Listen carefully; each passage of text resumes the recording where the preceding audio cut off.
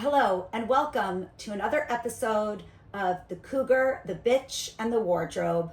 I'm your host, Lana Mazer, also known as Curated by the Cougar. Welcome, listeners. Today we are going to be discussing when the situationship meets real life situations. So, what does that mean? What is a situationship? A situationship, that word gets thrown around a lot today in social media, and it is quite different than being in a relationship with someone.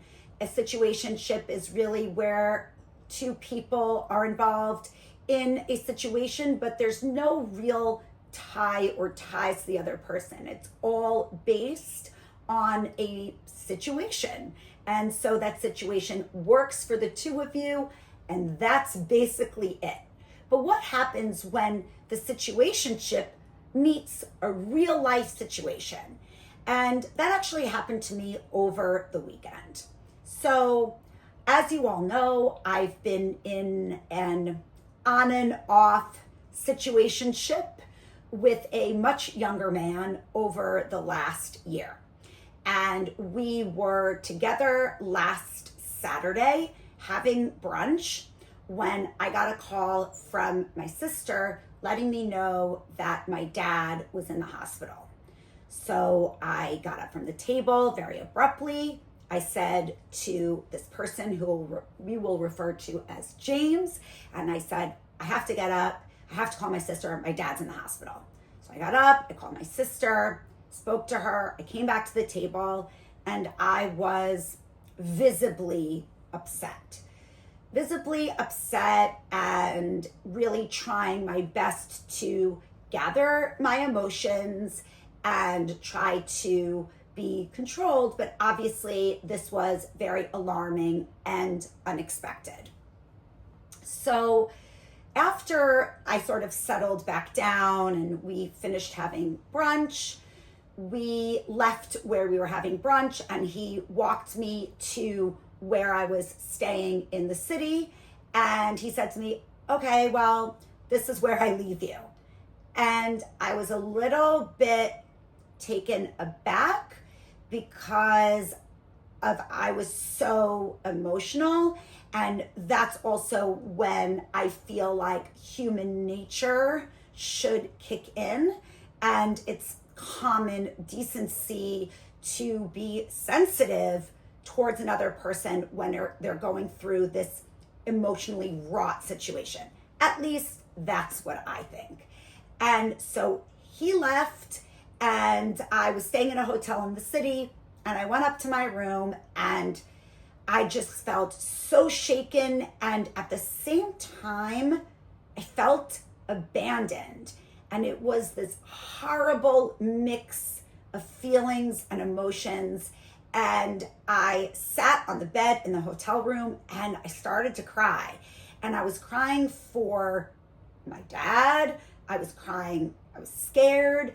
And also I was crying for the fact that I was in this situation and I just really needed someone to be there for me. Just give me a hug. Maybe hold my hand, sit with me for a minute and say, Lana, everything is going to be all right. I'm here for you. Let's talk this through. And what was really crazy about this is that I was sitting on the bed in the hotel room and I got a knock at the door, and it was a gentleman who works for the hotel who really just needed to come in to check the fridge to see if the previous people who had stayed in the room, if they had taken anything from the minibar. And he saw that I was upset, and he said to me, I'm so sorry, are you okay? Can I get you anything? Do you need me to get you anything? Do you need me to get you a glass of water?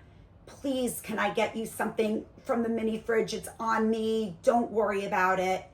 And I was then struck with that feeling that, yes, for me, it is this emotion, feeling empathy, having the common decency to be there for a person, even a stranger wanted to reach out to me and offer me a kindness in that moment.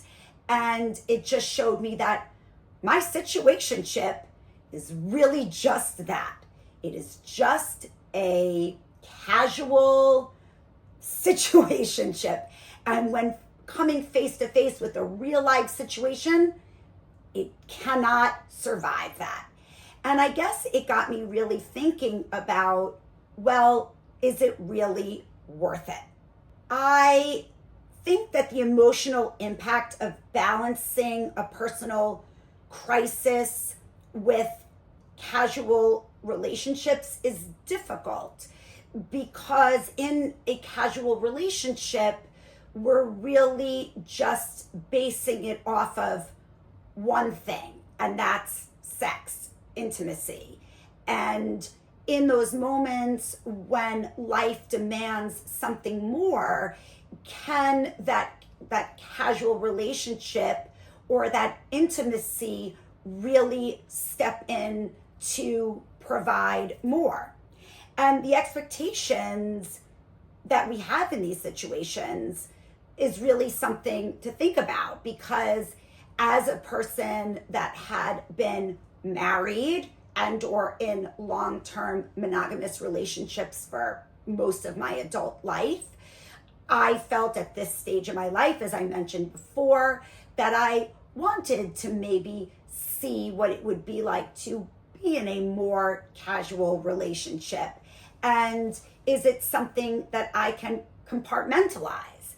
And now that this happened over the weekend, it's not that I don't think that I can compartmentalize it. I understand exactly what that relationship or situationship is, but life is so much more complex and layered. I'm so much more complex and layered. So is it really enough?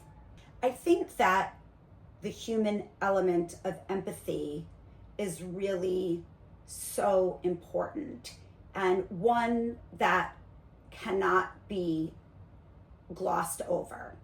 And it's one of those things that not only comes into play in a romantic relationship, but even friendships, even family relationships. And when you are faced in a situation with a friend, with a family member, with a romantic partner, and you realize or recognize that you both might not have the same levels of empathy, or may not value empathy the same way, I think that's when things run into muddy waters. And also thinking about where I was as a younger person when I was dating, I don't know if I actually thought about those things.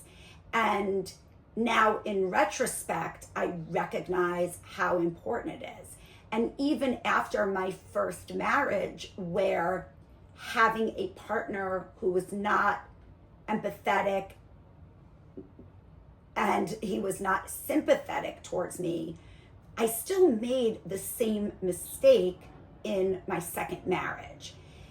And I guess what I want to put out there to my listeners today is that it's really important to consider that when choosing a partner for life.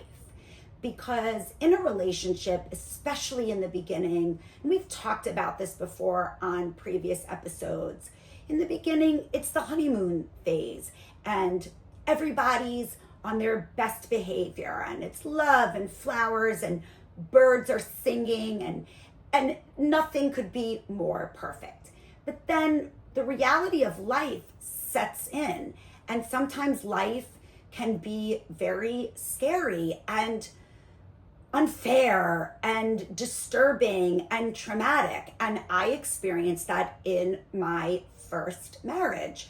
My first husband was very, very intelligent, very successful in his career. Well, he was just starting off, but he is an orthopedic surgeon, and now, as many years into his practice, but when we met, he was just finishing up med school, and then, I'm sorry, not finishing up med school, he was finishing up his residency, and then was going to be starting a sports medicine fellowship.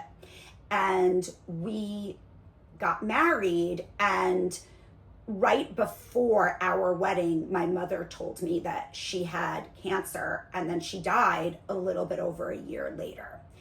And that level of empathy and sympathy that I was looking for from him, I did not receive that. And so when I was taking care of my dying mother when she passed, and I was mourning her death, and I was dealing with all the things with selling her home and going through her belongings, I never felt more alone. And I had a husband. And again, it doesn't mean that he isn't sympathetic, and it doesn't mean that he's not empathetic, but maybe it just didn't match my needs, or maybe it wasn't equal to my definition of what I want that to be. And then when I married my second husband, it was interesting. It was similar but different. I always felt that he was more sympathetic and more empathetic to other people's needs, whether it was a friend or a family member, or even someone who wasn't even that close to him. He was more interested in catering to that person and their needs than he was to mine. And that created a lot of issues, obviously, because as life goes on and we had children together and things happen and you have the good times, the bad times, and everything in between, it's so important to be with that person who matches you on this, as far as I'm concerned, this basic human level. And I think I really want to communicate that to all my listeners today, that if there's any advice or any takeaway that you take away with you today, it's that. It's really just finding that with your partner. And I think that what happened for me this weekend was, I guess, really, it was such a juxtaposition of feeling good and feeling bad, or being on a really amazing high and then a low, all within a few hours with the same person. And I guess thinking to myself is that maybe for me, that although there were certain benefits that came from this casual relationship, and I learned so much about myself, I don't think that it's enough for me long term. And in a lot of ways, I would have been better if I had experienced receiving this bad news about my father if I had been alone. Because again, I had someone there with me when I received this call, and that person was really unable to do the basic human thing and just sit with me until I was a little bit more, my emotions had calmed down a little bit, maybe just sat with me until I'd gotten more information on my dad, and then was feeling a little bit more calm and comfortable. Because that's what I would do. I would do that for anyone that if I were in their presence and they were experiencing this kind of event. In the end, it was a very stressful day for me because I was in the city. I was waiting to see a very close friend of mine later in the evening. And so I was by myself, and my sister, who lives in the city, who I'm very, very close with, was not in the city. She was in Austin on a trip with some friends. So we spoke, but it was hard for us to really, be there together for each other for obvious reasons. And so I just really felt like alone out there trying to get information on how my dad was doing. And to put everyone's fear or concerns aside, he's doing just fine. He has a herniated disc. He had suffered a couple of falls, and he took himself to the hospital because he was in a lot of pain, and they did a CT scan, but everything is okay. So, but again, what's just so, I don't know, like crazy to me is that this person, James, never even texted me during the rest of the day or since then to ask, hey Lana, how is your dad doing? I've been thinking about you, just want to make sure you're okay. Nothing. And I don't know, that to me is, you're not even a human being, you're subhuman. I mean, that is just lacking complete empathy. And so what do we call that? I mean, I don't want to get carried away with trying to, psychoanalyze this person, because that's not the point of this episode today. But I don't know, it's just human decency. And I think that sometimes we're in situations and we're with a loved one, a lover, and or a significant partner, and something stressful happens, and we just want someone to maybe listen, just be there for us. And we often, and I'm guilty of this myself, we make excuses for that individual. Oh, they're busy, they had other plans, they have a lot on their mind, it's this and that. No. I think that just being able to show someone that you care just by listening and being empathetic is what makes us humans. It's what separates us from the animals. And if we're not able to do that, then we're not capable for much of anything. So that's really, I think, what my takeaway was today from my weekend and my rendezvous with James. And from this experience regarding my own personal needs in relationships, this has been such an ongoing journey for me in the world of being single and dating at 48. And I wish that I had these pearls of wisdom to give to my listeners out there. If you are dating and you should be doing this and you shouldn't be doing that, but I wouldn't feel comfortable pushing my opinions on you. I really think it's, again, just diving deep and doing some soul searching, and really at a basic level, what are your emotional needs? What are those requirements when things come up for you throughout your life? Because that person that you choose, that individual who's lucky enough to stand by your side as your partner, that's going to be the person that's going to be there with you to celebrate the joys in life and the situations that are sad and not joyful. And I do want to conclude and invite my listeners to reflect on your own experiences with situationships and real life challenges, and encourage my listeners to share your stories and thoughts on this topic You can reach out to me on Instagram. Please DM me at Curated by the Cougar. You can also comment on Spotify.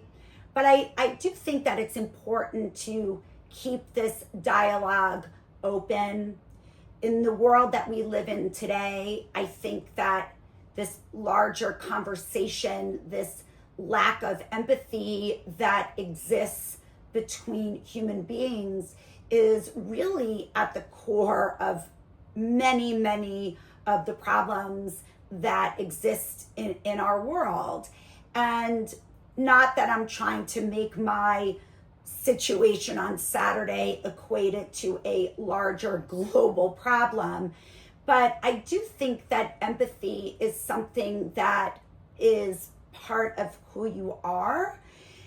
And I do think that being able to impart this important emotion and this notion of empathy is something that we do have to continue to communicate, whether it's to each other and bring awareness to our friends, to our family, to loved ones. If there's something that you are going through and you feel like this person that I'm trying to connect with or convey what's going on is not really understanding me, it's important to speak up and communicate that to that person, because sometimes we think that we're doing a really good job of expressing ourselves and expressing our emotions, and we might think we're doing it, but the other person isn't really picking up on it, and that's okay.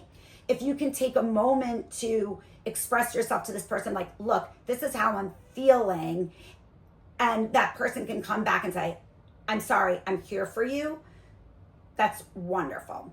But if you communicate to that individual something that's bothering you, like I did on Saturday with James, I did send him a text message after he left, and I said, I'm upset, I'm really scared.